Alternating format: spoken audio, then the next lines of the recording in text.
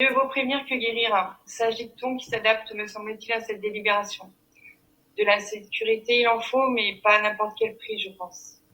C'est la coordination de tous les acteurs, police, bailleurs, travailleurs sociaux, qui permet la mise en place d'une stratégie municipale de sécurité et de prévention de la délinquance.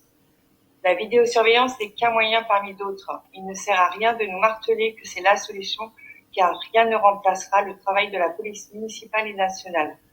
D'ailleurs, la majorité municipale a lancé un programme de recrutement et de formation de policiers municipaux tout en revalorisant les salaires de la filière.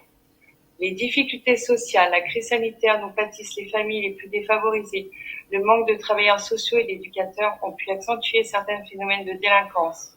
Une partie de notre jeunesse en décrochage scolaire risque d'être marginalisée car ne trouvant plus sa place à la sortie de la crise sanitaire. La majorité municipale renouvelle, voire augmente, plus de 80%, ses subventions à toutes les associations d'éducation populaire et d'insertion. Vous noterez que de nombreux rapports de ce conseil en témoignent.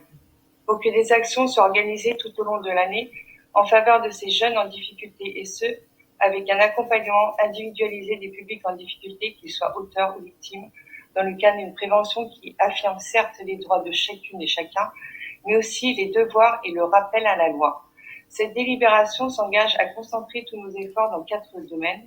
Donc, comme vous le disiez si bien, cibler les jeunes, agir plus tôt et aller plus loin dans la prévention, aller vers les personnes vulnérables pour mieux les protéger, renforcer la tranquillité et la sécurité publique, mobiliser les habitants, adapter la gouvernance et les outils de la stratégie territoriale de sécurité, de prévention de la délinquance et du conseil local de sécurité de la prévention de la délinquance. Rien ne remplacera jamais l'humain. On ne peut que se réjouir d'une telle délibération. L'élaboration de cette stratégie a associé 2 partenaires qui en seront également signataires, à savoir le président du tribunal judiciaire de Lyon et le directeur académique des services de l'éducation nationale.